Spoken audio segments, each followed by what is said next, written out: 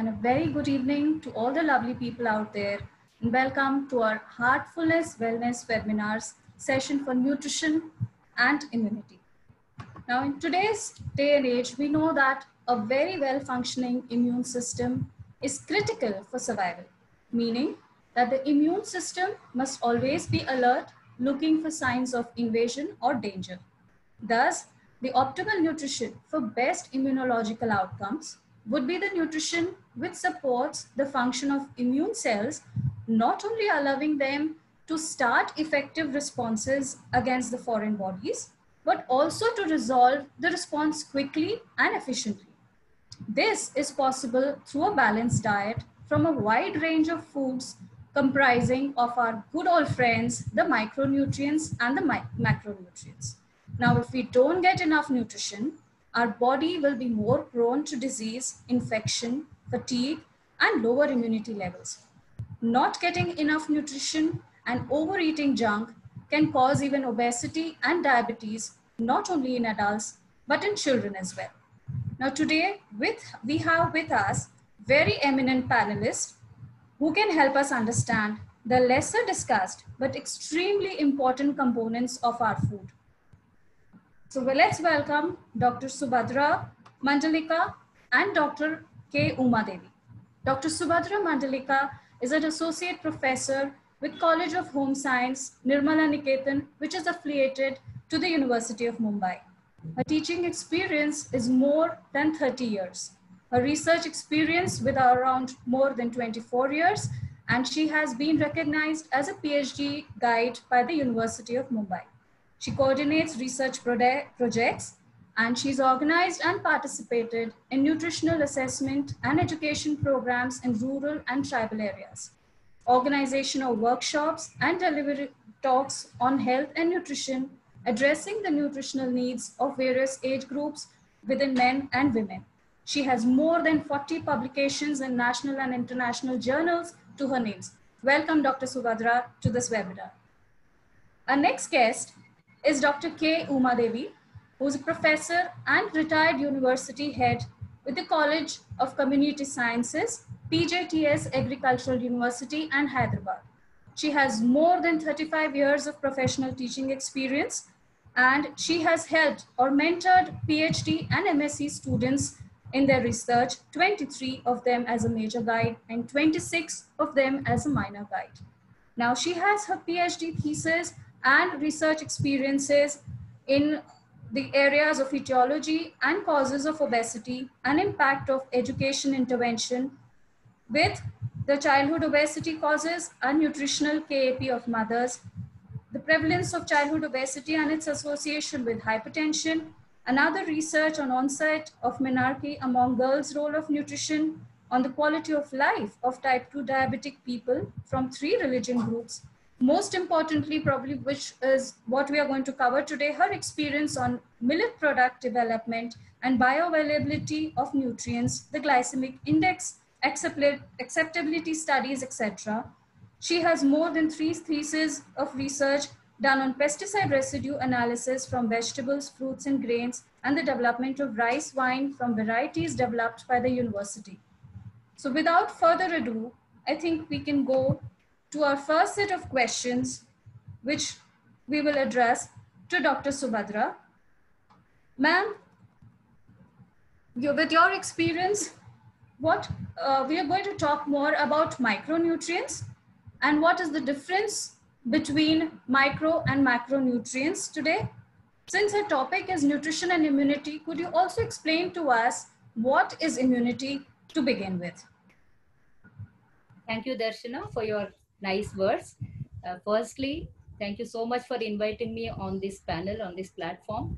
And I'm very happy to share the same with Dr. Uma Devi, one of the most experienced nutritionists. And very good evening to all the viewers as well. Yes, nutrition is one of the most important strategies of preventing COVID-19 or any other infection. So currently it is one of the most apt topics.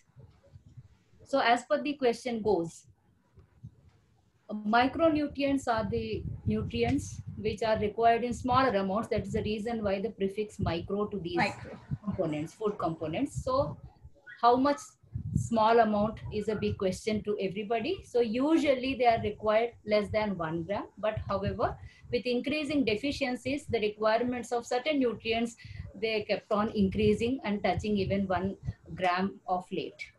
Okay, and these micronutrients basically are divided into two categories: vitamins and minerals. And again, within vitamins, you have fat soluble vitamins and water soluble vitamins, overall around 10 of them. And then you have minerals. Of course, there is another categorization among minerals also, like macro minerals, micro minerals, and trace minerals. So there are also more than 15-16 compounds in that. But among them, those compounds or those constituents whose deficiencies are commonly seen are usually termed as essential micronutrients. Okay, so this is about the micronutrients and very few basic details of micronutrients. And I'm sure all the viewers must be knowing about the names of these, like the fat soluble vitamins A, D, E, K, and vitamin E and B complex among water solubles. And the most popular minerals are actually calcium, sodium, potassium, and then you have iron, zinc, copper, etc. So micronutrients that way are gaining more and more popularity, especially since immunity is becoming a popular issue. Okay, and now the second part of your question is on immunity. Yes, Okay, ma'am. so yeah, immunity is nothing but a physiological phenomenon that protects the body against microbial invasion. And there are two types of immunity. One type is the one which we are born with, which is called innate immunity, and which is comprised of basically of physical barriers like mucous membrane, the hairs, etc. And it also has certain immune cells like WBC, neutrophils, eosinophils, which are regularly produced by the system. And then you have adaptive immunity or acquired immunity. So here again, this is very interesting to know that whenever we are exposed to some pathogen in the environment, our immune system recognizes that and develops a memory for that and starts producing certain antibodies against those, preserve that memory. So in future, whenever we come across such the same microorganism, our body is prepared with that. Okay, it will be ready to fight against that organism. Now, exploiting this property of our immune system, the vaccination has been started. So in a very safe manner, the microorganisms or their products or components are induced into the human body, which our immune system reacts and then produces antibodies so that it keeps itself ready to fight against the same pathogen in future. So that is the reason why currently the problem is, like, if there is unknown pathogen for which the body is never exposed, and either in the form of vaccination or naturally, then we take some time to develop antibodies and to develop the fighting ability against this particular pathogen and protect ourselves from infection. So we are currently in this phase because we are not exposed to it, and those Yes. and virus is being so virulent that it is not giving us enough time even to develop immunity. And the current situation is of late so many micronutrient deficiencies are being understood and are being reported across the globe, because the more attention has been given to macronutrients and fast foods, etc. Till No, the date, diet yes. practices and food practice have changed a lot. Because of that reason, micronutrient deficiencies are becoming more and more common, impairing the immune capacity of the individual. So that is the reason why nowadays many people are not able to fight against this particular infection. So this is about the types of immunity and micronutrients. Lovely. Thank you so much, ma'am. Now, I guess our basics about what micronutrients and what is immunity is clear. So we would like to know that is the role different between vitamins and nutrients when it comes to immunity? They play a different role in helping the body increase the immunity? Yeah, actually, we can say that. See, when I explained about the basics of immunity, I have made a mention of physical barriers, that is innate immunity and acquired immunity. Yes, yes. Now, we have certain nutrients which have the ability to support both the types of immunity, and we have certain nutrients which will help only in one type.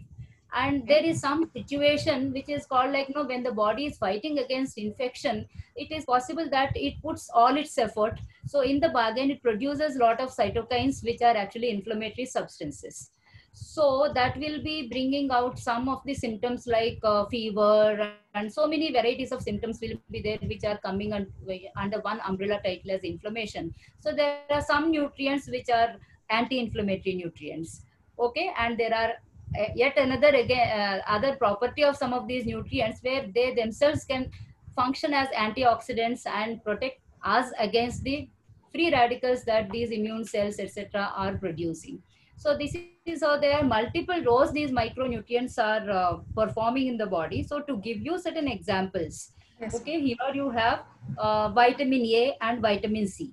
These two are very, very important to maintain the first line of defense, that is the mucous membranes of our body. These mucous membranes are present in our respiratory tract, gastrointestinal tract, genitourinary tract, etc. So wherever mucous membrane is there, actually it has one of the important functions of preventing the microbial invasion.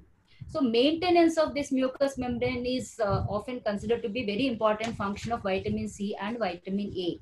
Then you have beta carotene, which is a precursor of vitamin A. Then you have another antioxidant vitamin, vitamin E. Then vitamin C, along with certain minerals like zinc, selenium, copper, etc. They are very good, excellent antioxidants. So themselves are very, very important to maintain our antioxidant status so that we can protect ourselves. And then you have similar nutrients along with folic acid, B12 and iron. Along with the previous nutrients, these are additional properties of these nutrients. They are very, very important for the second line of defense, that is antibody production. So in the bone marrow, they are very, very important for the division or multiplication of these T cells and B cells. And we have the antibody production is highly impaired in the deficiency of all these nutrients. Okay, so this is how we have the nutrients which are actually supporting our immune system. At the same time, they are also protecting us from additional immune response, which is often termed as inflammatory. So they are inflammatory as well as anti-infective.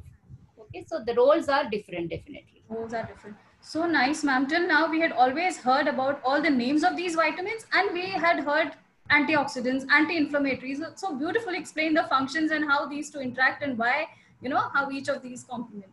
Now, moving to the third questions, where do we get all these micronutrients from? What are the food sources? And is there any difference in the contribution of plants versus animal food to our micronutrient intake? Vegetarians and non-vegetarians, is there going to be a vast difference there? Yeah, this is always a big question. Yes. In the minds of several people, especially in this current situation, what to eat. Correct. Okay, because this is one of the best options to improve our immunity is through food. So Yes. then what food to consume is $1 million question in many minds. So it's very important for people to know what kind of foods we need.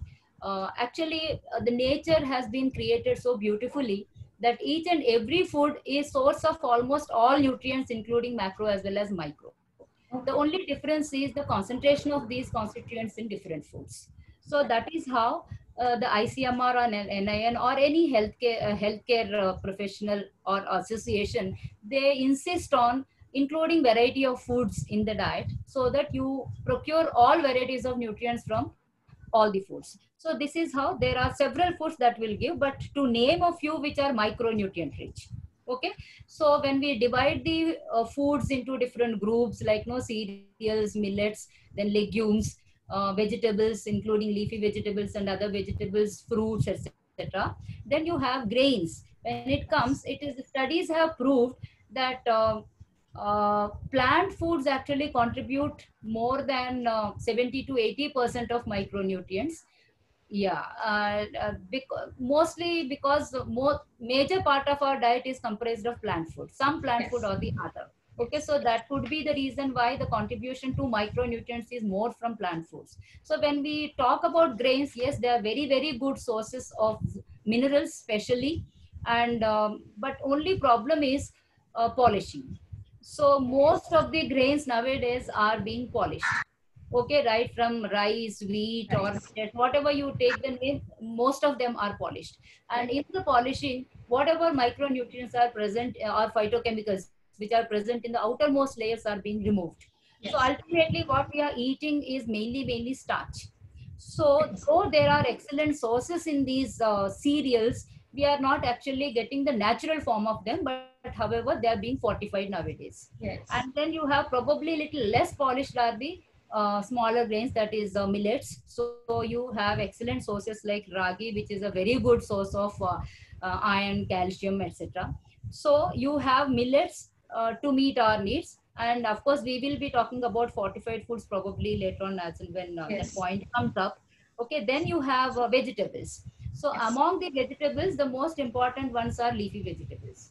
So the protective micronutrients, we multiple varieties of micronutrients we get from leafy vegetables and Okay. juicy fruits. Juicy fruits and leafy vegetables are very good sources, and excellent sources are there. And one of the most important leafy vegetable which is often ignored is the drumstick leaves. Yes. Okay, moringa. Yes. So Yes. that is Moringa very, leaves. very highly ignored and neglected like anything, but it's divine food actually. Yes. Excellent micronutrients along with supporters of the micronutrient absorption. So it's very good. So these are all the various sources of micronutrients. Of course, since we are talking more or tuning more towards immunity, I'm not paying more attention to calcium. Otherwise, of course, calcium is present along with the other minerals and Yes. other vitamins in all these foods. Okay, but certain nutrients we need to depend on grains only. Like say, Okay. for example, vitamin E if we want.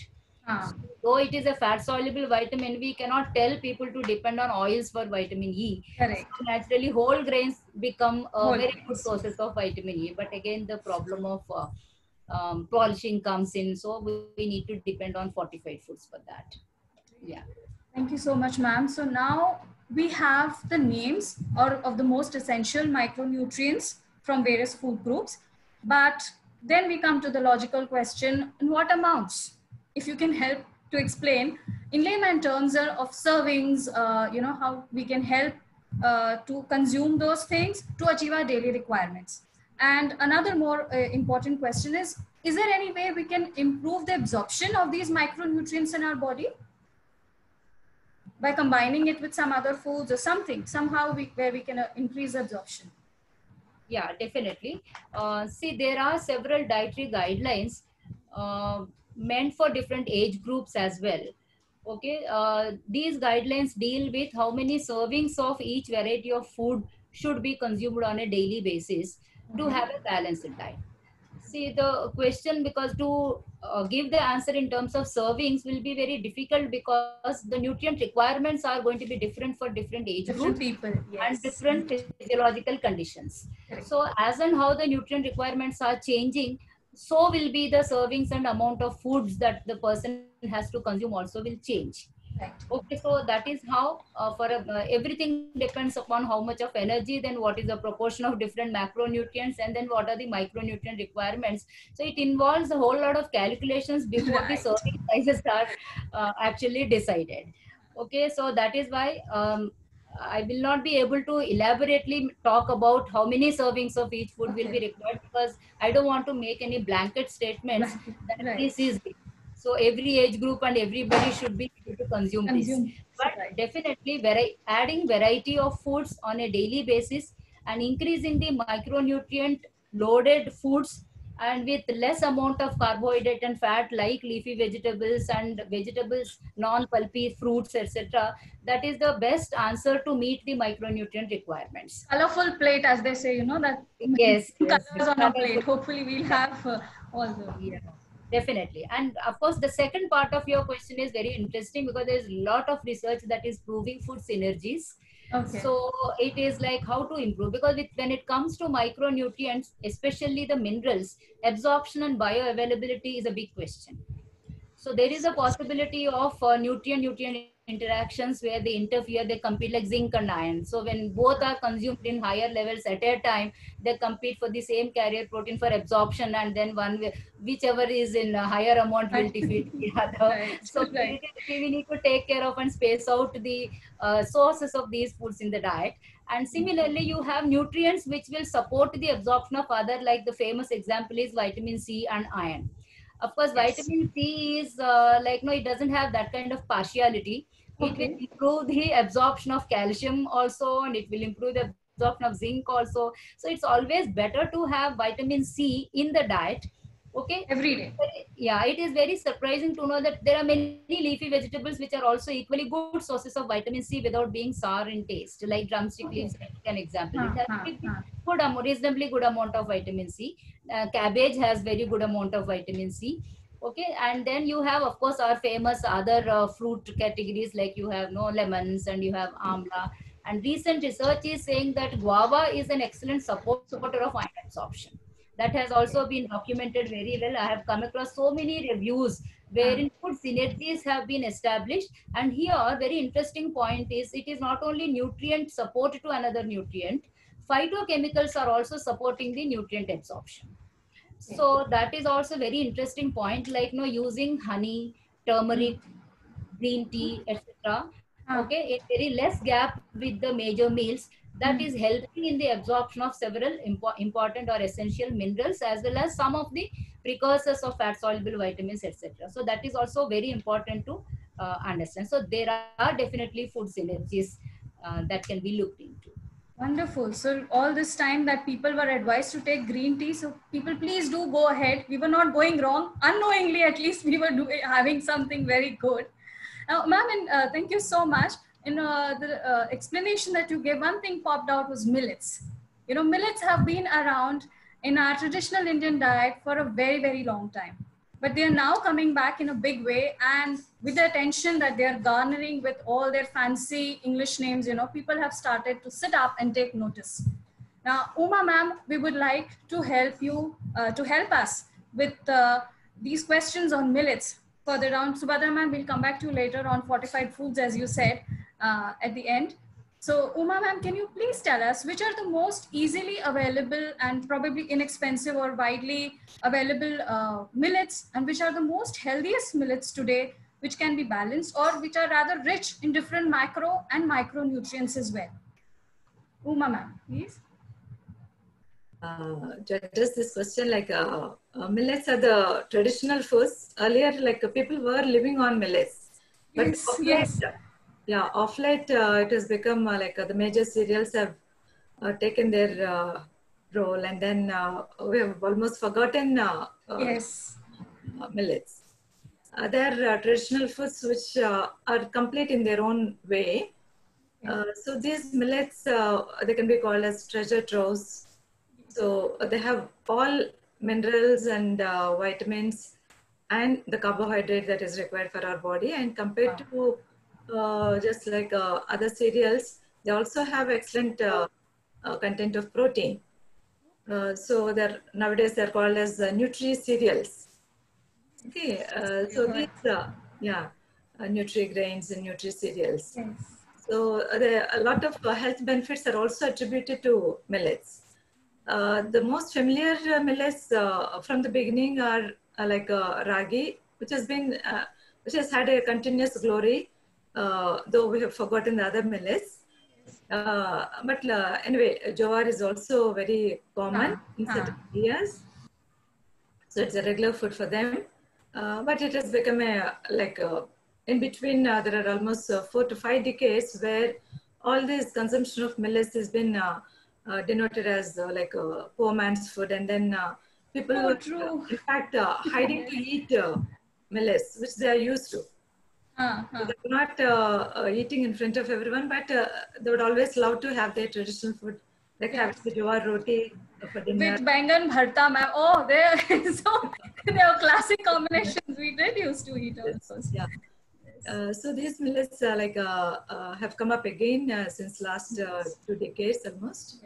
Now the production has also increased, and producing millets is much easier compared to the cereals, the bigger grains, which consume a lot of water, energy, and then they require a lot of pesticides, fertilizers, and all that to maintain. But in general, millets do not require, they're all rain-fed crops, and they don't have pests and other problems. So they're almost like organic foods.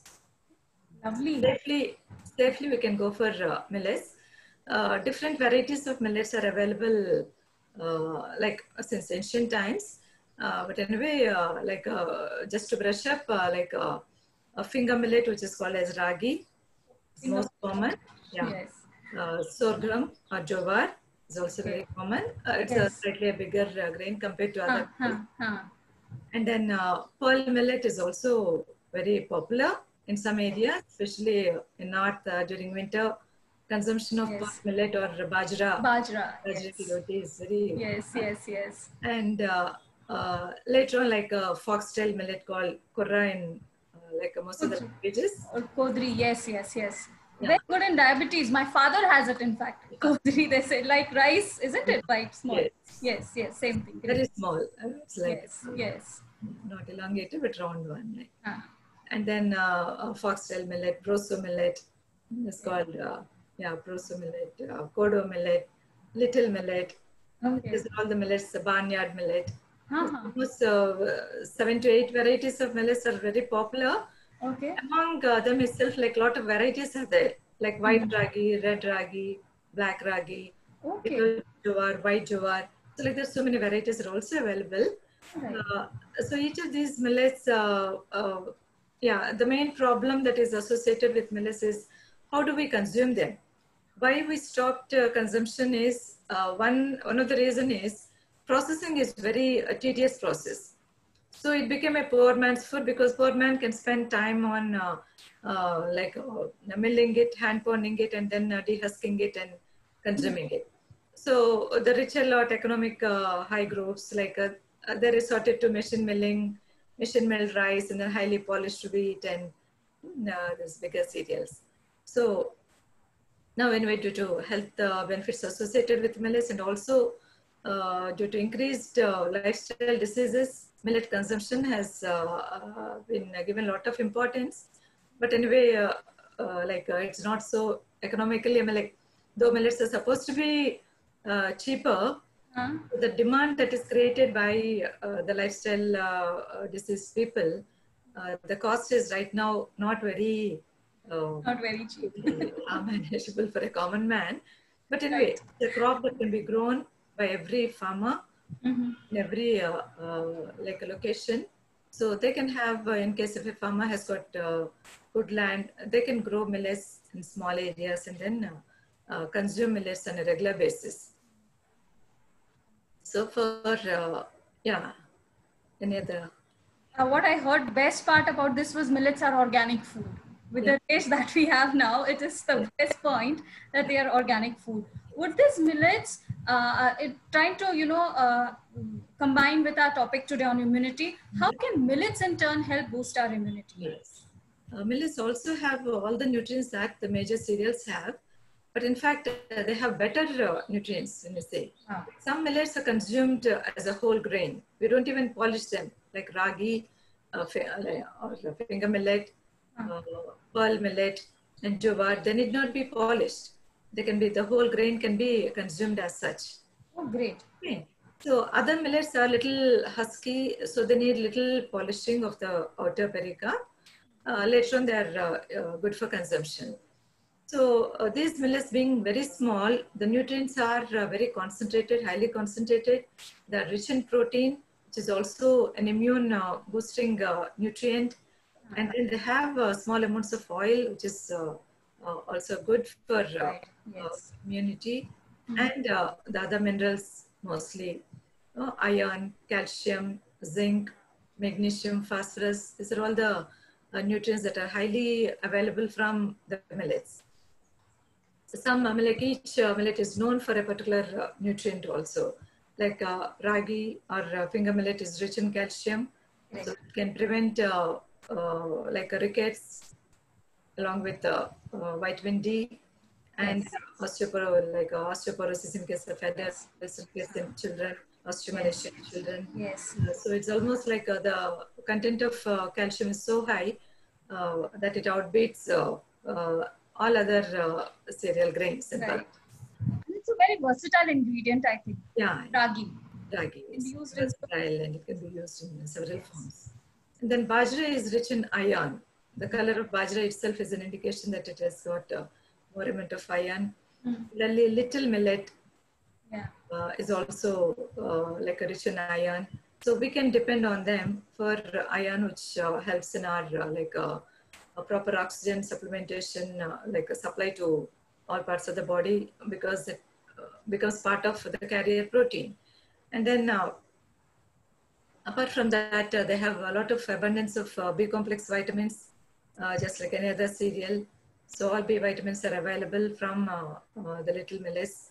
And in addition to nutrients, like they have richness of phytochemicals, the polyphenols and like examples like tannins, then polyphenolic acid, phytates. These are all like not exactly nutrients, but help in boosting our immunity. So some of these nutrients and the polyphenolic compounds help in improving our immunity. And then they have high amount of fiber. So that is the advantage of taking millets. Right. And then, yeah, fiber eliminates all like bad bacteria from the large intestine, and they promote good bacteria to grow in the large intestine. So the way like a millet fiber helps in maintaining gut healthiness is always praised. Yes. Even in spite of polishing, people have a doubt, like if you polish the millets, what is the advantage? We might be losing fiber. But some amount of fiber is always available from the grain.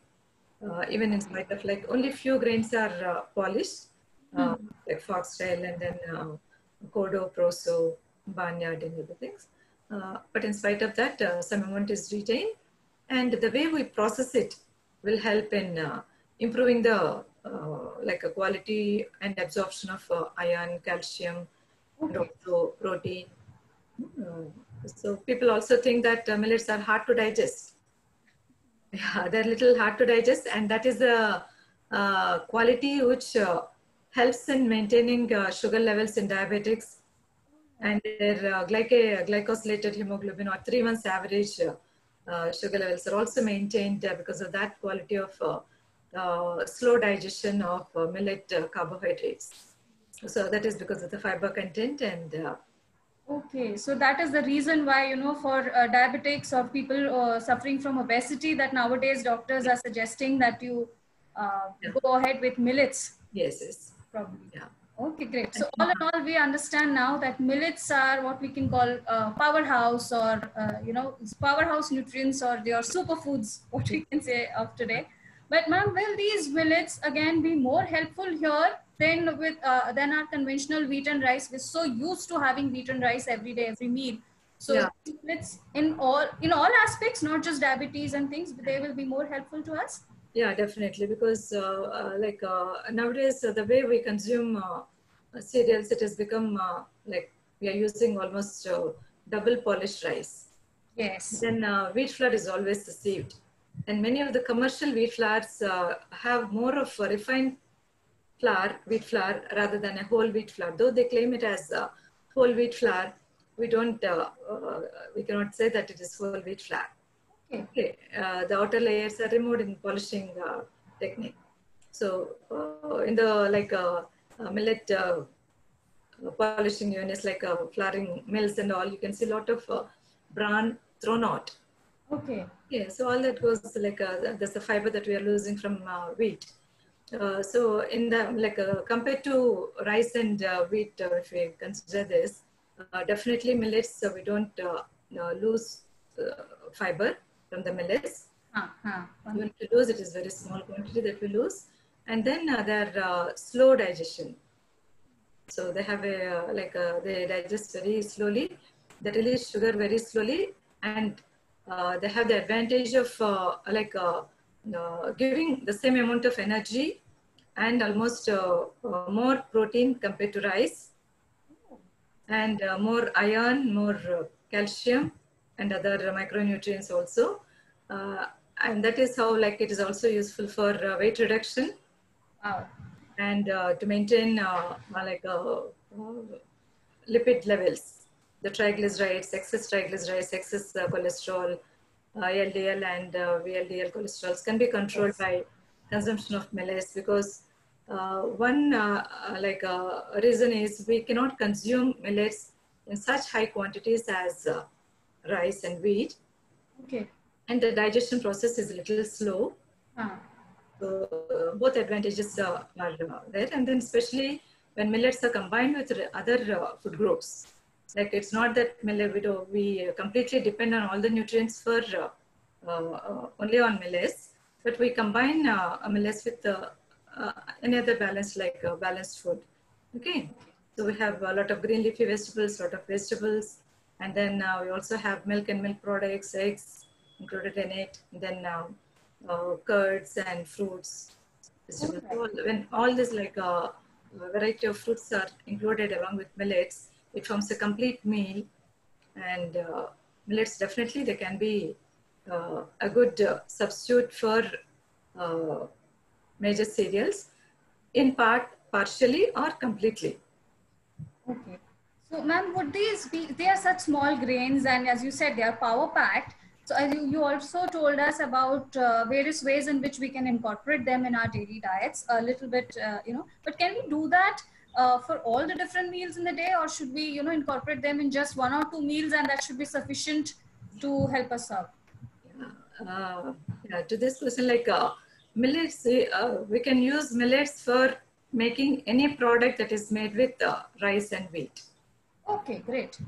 Except maybe a little bit of baking, you might need some wheat flour to help in leavening. But otherwise, almost all breakfast items, the most common breakfast items like roti or dosas, khichdi, upma, all these things, poha, everything can be made with millets. Of late, we also get processed millet products millets are well cleaned nowadays. You don't find any sand. Yes. Can be made into different products, like you can just polish them and use them as a grain, just like rice grain, and cook them as millet bar. Okay. You can also flake them. You can pop them. You can make it into flour and use it in different preparations, like porridges, and then make into roti. Okay. The flakes can be a substitute for cornflakes. We pay so much for buying cornflakes. Yes. So you get flakes from almost all millets, java flakes, ragi flakes, bajra flakes. So all millets can be made into flakes, and then you get that advantage. You can make poha. You can make several preparations with that. So almost all breakfast items that we can make with other grains can be made with millets. And similarly, during meal times also, the grains can be cooked as meal.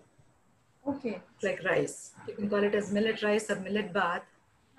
Only thing few grains bigger grains like jowar has to be crushed into a coarse grain. Okay. And you cannot cook ragi and pearl millet as a whole grain because their outer pericarp is so hard that it cannot come out. So you have to just crush it and then use it. Okay. Just coarsely crush it and cook it just like a meal. Other foxtail millet, little millet, kodo millet, proso millet, they can all be cooked just like a millet bar. Like rice and wheat. So our beloved rice and wheat people can be easily replaced with millet to have healthy meals. Yeah, it goes with almost all our routine curries. And correct. Curries, dals, and yeah, it goes well. Ma'am, would you even suggest millets for children to boost immunity, to boost the immunity? And if so, in any special form that they have to be given? Yes. Or just regular what we do? Yeah, millets have to be little processed for children. Especially very young children, you can start some of these millets for at the time of supplementation of a small infant. In fact, ragi is known as a good supplement. In olden days, it's called as poor man's milk also because of its high calcium content and high protein from other millets. So, it's better millets are soaked, germinated, and then dried and fermented for easy digestion. Especially it has to be given to small children. It's the best way it can be offered is like a millet porridge. It can be done with bajra, it can be done with ragi, jowar, foxtail millets. For foxtail millets and other millets, after polishing also you can soak them, help them for fermentation for long hours, and then process into flour and use it for porridges, or later on, like as the child is growing, you can make a small soft laddu along with these Okay. flowers, Sweet. incorporating some groundnut or till, jaggery. Nice protein rich, calcium rich for their bones also Yeah, improved. Lovely. yeah, iron rich, calcium rich, and Yes. very Lovely. from beginning we can incorporate them. And you can also make excellent recipes like lime rice, millet fried rice, millet biryanis, Okay. coconut So rice. lots of ways to incorporate them. Yes, Great, yes. great. So thank you, Dr. Uma, for an extensive information on millets. I'm sure the demand is going to go up very high from tomorrow that we have. Now, we'll come back to you, Dr. Subhadra. Now, we know that the recommendations for a healthy diet are to be taken on the daily basis. You know, we say RDA is for daily basis, but daily being the important word, but most of us are informed, but we are not able to keep up with the servings required. So eventually in the long run, we may become deficient in a few or more of the macro and the micronutrients in our body. In today's day and age, Subhadra ma'am, which deficiencies are most common and what effects can these deficiencies have on us in the long run if we are not treated and if we just ignore them so much? Dr. Subhadra, please. Yeah. Thank you, Darshana. It's a very good question because today very rarely you find such a balanced diet which is supplying all the nutrients in the required amounts on a daily basis. As you said, it Yes. is very rare to Yes. find such Yes. diet. Yes. So definitely there are deficiencies, either marginal or clinical. Different stages of deficiencies are there, and sometimes most of the deficiencies could be even subclinical. So you may not experience any clinical symptom, but it is there in the body. Is there. And since you have said it's nutrient deficiencies, I'm very tempted to mention that there are even macronutrient deficiencies. So very silent deficiencies, protein deficiency to begin with. Okay. And so most of the foods are rich in carbohydrates, and the calories which are supposed to be around 55 to 60% in the diet are actually going higher, and protein calories are lower, or carbohydrate calories may be sufficient but fat calories are increasing. So in the bargain we are compromising on protein. So that is how protein deficiency is going very slowly and very silently in almost every diet, in almost every, predominantly of vegetarians, and then when it comes to fat, omega-3 fatty acid deficiency is yet another concern, because when it comes to protein deficiency or omega-3 deficiency, they are also targeting our immune system. Okay, so our antibodies are basically proteins. And in good olden days, when there was more research on protein energy malnutrition, and it was very well established that protein deficiency is really leading to the impaired ability of the children to cope up with the infections, and most of the children actually died of infections rather than just simply protein deficiency or energy deficiency. So protein is something that we need to take care of. Then when it comes to fat, it is very difficult to plan a good fat or good oil that gives us the required amount of omega-3, because there are so many calculation difficulties in that. You have the ratio of omega-6 to omega-3, and you have very few sources of omega-3 fatty acids, especially for vegetarians. Yeah, fish eaters are the blessed ones. So but whereas vegetarians do face a lot of problem with omega-3, and fortunately or unfortunately, omega-3 are the ones which are involved more in immunity. Whereas the ratio between omega-3 and omega-3 is really going to a toll. The 6 is increasing to such a high extent that it is impacting our body's immune system towards inflammation. So they are already causing a very good level of inflammation. So we are going through a phase of inflammation and using or exploiting all our nutrients, whatever we are consuming for that. So when there is a sudden danger of infection, it is becoming difficult for the body to cope up with that kind of infection. Okay, so that is about macronutrient deficiencies. And then you have the micronutrient deficiencies. So among the micronutrients, if we go by order, So among the fat soluble vitamins, the most commonly seen deficiency nowadays is, and spoken about deficiency, is vitamin D deficiency. Very, very, very common, and it's becoming so popular that now everybody knows about vitamin D. Vitamin D, everyone. Yeah, everybody knows about it. So the requirement is not a huge requirement, but the problem is like, no, it is not present in many plant foods. Plant foods are actually not considered to be good sources of vitamin D, and we need only animal foods. Okay, then of course milk being one of them, but the consumption of milk is so little as the people are growing older, then it is not sufficient enough to meet your vitamin D3 requirements. So predominantly more than 80% of vitamin D3 is actually synthesized within our own body. We are blessed with that ability of synthesizing within our own body, but there is a condition which has been put forth by nature, that is we have to expose ourselves to sunlight. Sunlight, yes. At a particular wavelength and for a particular period of time. So many factors are influencing our clothing, say it is our sunscreen lotions, or whatever, or skin pigmentation. So higher the melanin content, the darker complexion people may have to expose themselves for a little longer period of time. And the climatic pollution, so that is pushing the time more and more towards midday. So midday in India, like conditions or temperate climates, who will expose themselves to the sun for minimum 15 minutes to half an hour? So, there are many these kind of problems, along with certain physiological changes with aging in the individuals. So all of them together are actually leading to vitamin D3 deficiency, and D3 has been very strongly established to be a very good and essential immunonutrient. Okay, it is important for both types of immunity that I have explained, because the vitamin D3 synthesizing ability is seen very well even in the immunity system. So, and immune cells do have the receptors. So that is why the doctors are insisting nowadays that the D3 status has to be good and it has to be maintained. But it is a fat soluble vitamin, so you cannot suddenly increase the vitamin D3 in the body through foods. So obviously you will be depending on supplements for vitamin D3. So that is one of the most common deficiencies. And then when it comes to vitamins only, you have B12. That is again gaining popularity for wrong reasons. So, yeah, B12 deficiency is also increasing, especially in aging population. It is increasing. So the one problem is mainly like there are no vegetarian sources for B12. So it is predominantly a nutrient present in the non-vegetarian foods itself. But the thing is, as long as we reach our youth, our gut health is maintained. Like, health is maintained in an individual.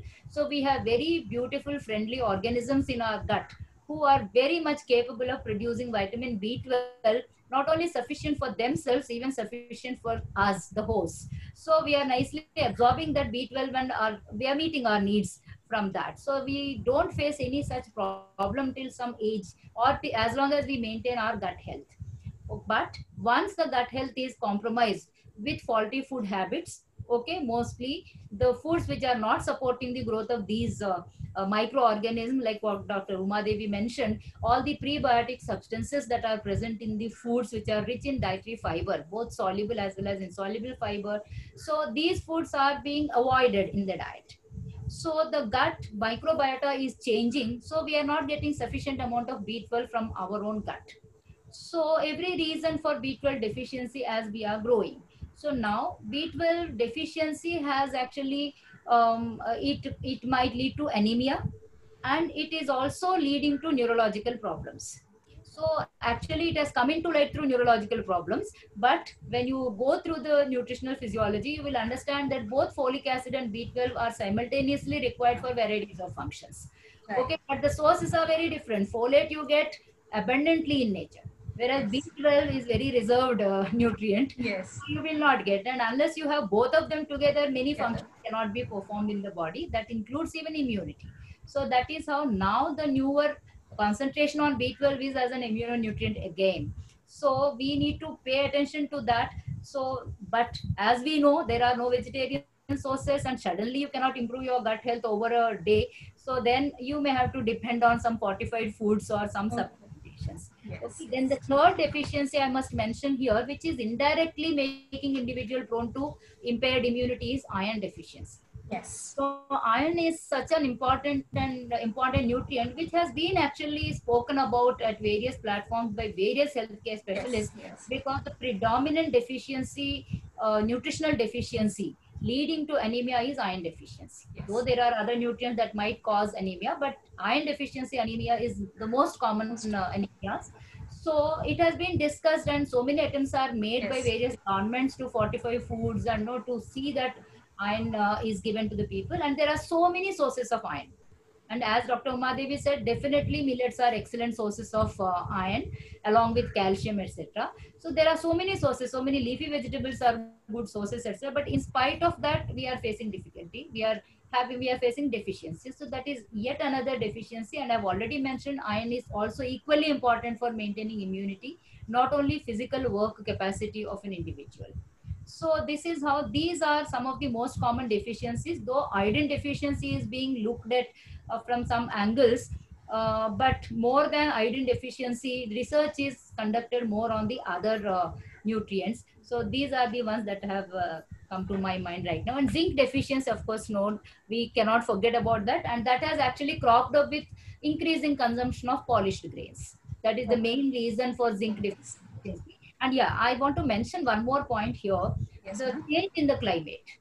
That is another thing that we need to really take. The entire mankind has to take care of that, because it is being observed, and research has proved that the soil content of these minerals is going down because of the climatic changes, the ozone layer disturbances, and whatever. So many disturbances are happening in the climate, and among them, the zinc concentration is going down drastically. So even though you say that we are consuming certain roots, vegetables, etc., which are supposed to be good sources of these minerals, but actually the content is not as much as it is expected. So climate change is also another reason. So all these things are actually making us take one decision of either going for fortified foods or going for supplements if it is a clinical condition. So these are the deficiencies, Darshini. Thank you so much, ma'am. Dr. Uma, I would like to come back to you on this when we, as Dr. Subhadra explained, fortified foods. Now, we do see a lot of, food labeled as fortified with this, fortified with that. Is it really safe for us to go with these fortified foods, Dr. Uma? And, or should we rather consciously shop for these foods which are fortified then compared to, what is just blankly labeled and given to us? How good are these fortified foods? Yeah, especially when we consider the national problems like iron deficiency, anemia, which we are unable to correct it for the past 3 decades. Almost National Family Health Service (NFHS) data shows like every 5 years it is done, and then repeatedly it's on the increasing side. Okay. So much we talk about nutrition, so much government talks about government programs of supplementation and feeding programs and other things, but still Anemia is prevalent, true. Yeah, it's prevalent. And then in this context, probably we might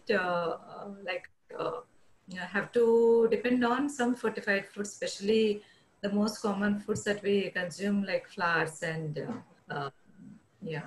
Iron is also iron fortification on salt has also been tried and completed, but it has not come in the market. But otherwise, iron supplementation is required. And then apart from fortification of iron, for many of the age groups, especially adolescent girls, small children, adolescent children, they're all anemic. They have hemoglobin levels somewhere about 7 to 9.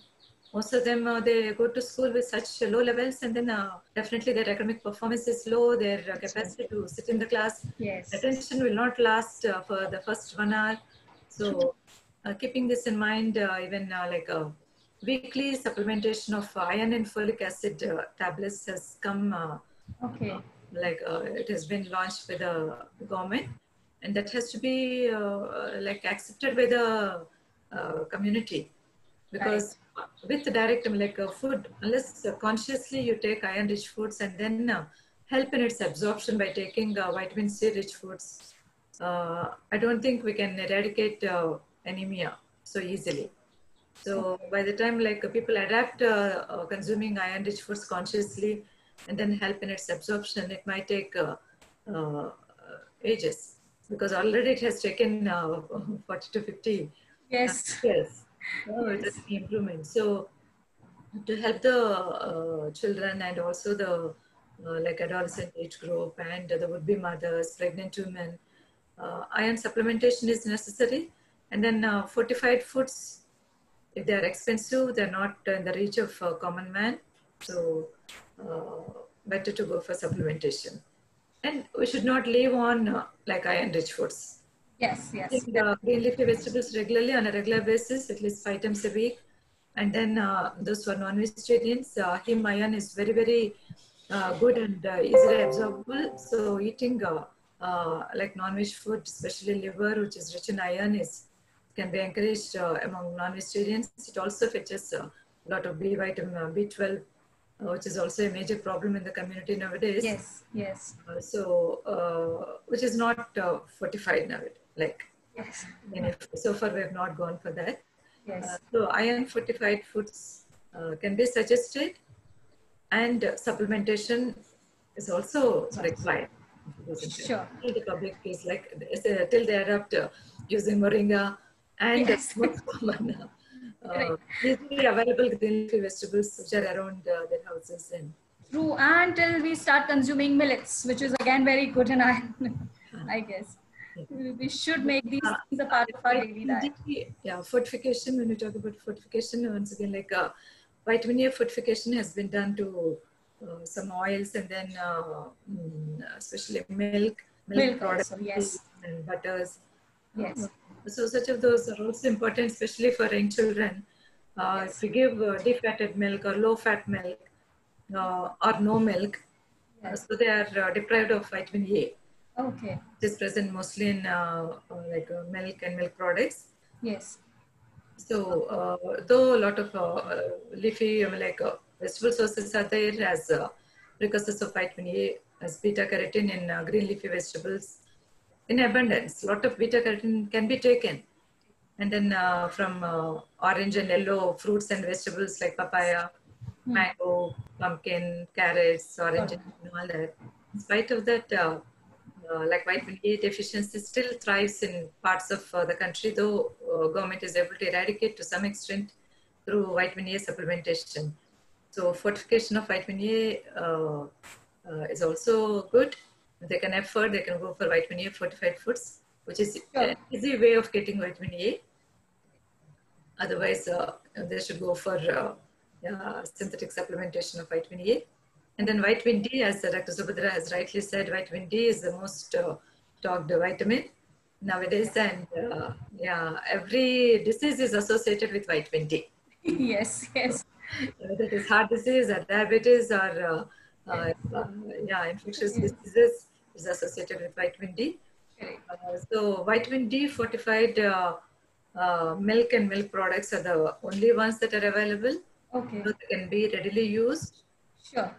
Egg and milk are good sources of vitamin D, but they may not be able to meet our requirement because the quantities of milk and milk product consumption is very low in India. So we need to depend on maybe supplementation also. Sure.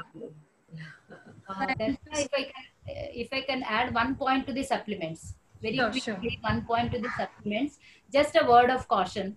Yes, ma'am. Because nowadays, with increasing emphasis on immunity, etc., and many people are just with their knowledge of micronutrients, they over the counter and they take self decisions of pumping in so many pills. Okay, so that people have to be very, very careful about that, because minerals and fat soluble vitamins, there is a problem of toxicities also and imbalances at the same time. So unless they are very sure that they are deficient, they should not be going in for supplements unless it is advised by the doctor. So this point everybody has to keep in mind. Correct. Thank you so much, ma'am. That was a very important point. I was about to ask you that how often and when can we take, but as you rightly said, get your test done, visit the physician, and only take as long as they ask you to. You can't take supplements year long. So that brings us to the end of our session, ma'am. Thank you so much, Dr. Uma, Dr. Subhadra. I think we've covered everything we ever could have imagined on micronutrients and how they can help us in boosting immunity. Thank you for taking out your precious times of your busy schedules and helping us out with all this information. Thank you, Darshana. Thank you, Wellness, for bringing us onto this platform. It's a wonderful opportunity for us to contribute whatever little we can to the best of our knowledge to the welfare of the community. Yeah. Thank you so much. And immunity are inseparable. Yes. So if nutrition is down, there's low immunity. If immunity has to be good, you should have good nutrition. Correct. Correct. So, guys, I would like to leave you all on a slightly different note today. Yes, balanced nutrition will boost immunity, but do follow physical exercise, do follow mindful eating practices. In this, be aware, be conscious of what is going in. For the physical health, as I said, exercise is equally important. Meditation for the soul is important, and throw in faith. Lot of faith in Him. Be happy with what you have and whom you have in your life. You know, be grateful. And these few things, you know, a holistic approach will give you a mantra for a happy, contented life. And then I guess it's the holistic approach. When you're happy from inside, your immunity levels are also going to boost up. If I'm not wrong, you know, immunity probably works holistically also. So thank you all so much. For more information on our heartfulness programs and the wellness series, you can connect with us. If you want to know more about our wellness programs, you can write to us at wellness@heartfulness.org. There are a lot of other multiple ways to connect with us. If you would like to know on what heartfulness programs are available, like you can download the Hearts app, which is available to be downloaded on your mobiles. There is Heartfulness Masterclasses, which are available, wherein a global guide, Dr. Kamlesh Patel, you know, he guides you on a 3-day masterclass. He tells you why you do meditation, how you do it, and explains to you and holds your hands and takes you through those meditation classes for 3 days. There are lots of Udemy classes that are going on. There are lots of other webinars, your Pearl webinars. There are webinars where, you know, Dr. Kamlesh Patel has interactions with Dr. Ichak Adizes, who's known as a management guru, and it is live cast at every Friday, 8:30 p.m., where one can learn in today's days and times how you can manage your business in a better spiritual way, in a better holistic way, and deal with people in a much better way. So that's it, guys, from us. Thank you so much. Very, very good evening for the rest of the day. And thank you, ma'am. Thank you for joining us.